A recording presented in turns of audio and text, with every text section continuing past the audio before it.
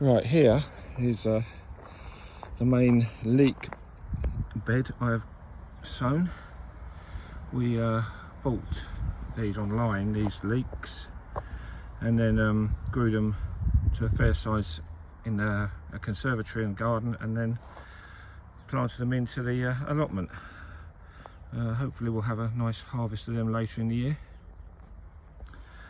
Over here we have some few more leeks here, and newly sown corn on the cob. If you wonder what the blue stuff is, it's slug pellets, because we have a lot of slugs over here, and I've tried so many things I just gave up and had to do slug pellets in the end. As we walk down the allotment, we get to me awfully bad French beans, which seem to have been eaten.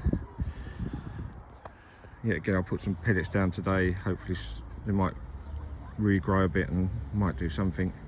But we have got a lot of French beans at home in our trough, so hopefully we'll have a good supply there. Over here, next to is some runner beans I'm doing from seeds, so hopefully they'll come up. Last year I did them and they were really good, so hopefully they'll come up. This is my neighbour, who's actually now, since they've disappeared, I haven't seen all year. That was their cherry tree, which we had some I took some cherries from, which were nice at breakfast. Here's the hollyhock, which looks absolutely stunning at the moment, and still got a lot more buds to come out. Here we move along to some of the fruit trees. So here we have black currants, which I've picked some of those recently, a few more to pick soon, and some blackberries, which will be coming out later in late summer. That is a rosehip bush, which will probably have some rosehips, but I don't really touch those. I just need to get some of this grass, because this grass is going crazy. Ow. Oh, yeah. Some more fruit bushes over here of blackberries, rosehips, and here are some loganberries. Loganberries are a mixture of blackberries and raspberries. They've already come out, a lot of them, and some of them, because it was so hot last week, some of them actually died before I could even pick them. If you look at those ones on the right of that bush, all shriveled up, and that's because the heat just got to them and before I could get to them. I'll have to walk around here. Alright, down here I have a gooseberry bush, which we put in a year or so ago, which hasn't really done a lot. Next to that is a raspberry bush, that one there. That was newly planted this year, so hopefully that will do well next year. To the left of that one there is a blueberry bush, and then here, looking a bit rough for itself, is a Cape gooseberry, which we bought some from a lady locally. Well, she wanted some money for charity, so we gave her the money. Bought a whole load of them, and not many of them survived, to be honest. It hasn't been all that successful. This is an artichoke, which was here when I arrived 2 or 3 years ago. There is some more. If you look over here, to a neighbour's one, which is also redundant, there is a whole host of artichokes over there. Right, let's walk around a bit further. I've got a rhubarb plant, which I bought a few months ago, which is growing nicely, so that should be okay for next year. And I've just put in a whole mixture of cabbages, cauliflowers, and Brussels sprouts for later, to hopefully have later in the year.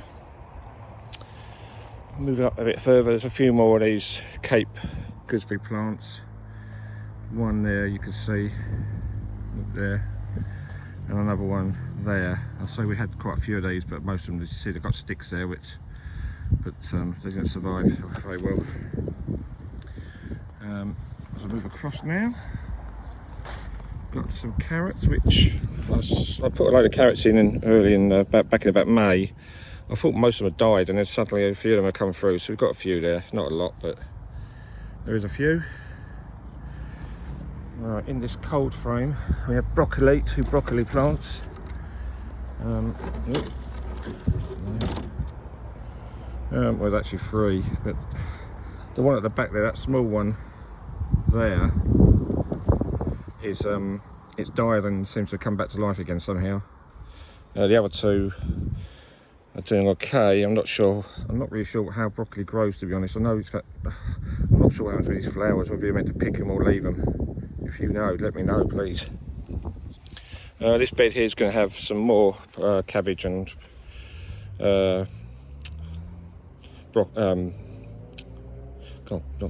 cabbage and cauliflower in it. As we walk a bit further down, we've got the last patch that I've got, which is potatoes and celery. I did celery last year, it was really good. What we need to do now is actually get some cuts. Carol's going to cut up some plastic bottles to put round them so they grow up more, and then you get a stronger, thicker stem. Right, that is how I'm doing at present. We have actually got some other trees here. This is another fruit tree. I think this is another neighbour's tree, which I think has cherries again. And also he's also got an apple tree here, which has got quite a bit of apples appearing, so might have a few of them later in the summer. Over the big tree over here is also another apple tree. Last year that had loads of apples on it, which we had a few. And this tree here, no, it wasn't that one. I'm trying to work out where it is. There's another apple tree around here. I can't remember. I think it might be behind that bush there. But yeah, it's quite entertaining. It's quite good to do.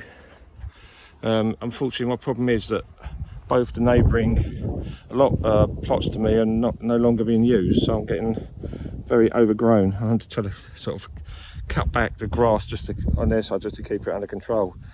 And as you see, this tree is now sort of beginning to, it might need a trim as well because it's beginning to take over. But yeah, it's good. It keeps me entertained in my retirement. Okay, I look forward to your comments. Oh, I forgot to say also, right at the back here, these bushes here are even more blackberries. So we have hundreds of blackberries in about September, yeah, like late August, September time. We have hundreds of them. So we usually freeze a lot of them always for our blackberry and apple pies. But that's it, guys. That's what I've been doing. I hope you enjoy it.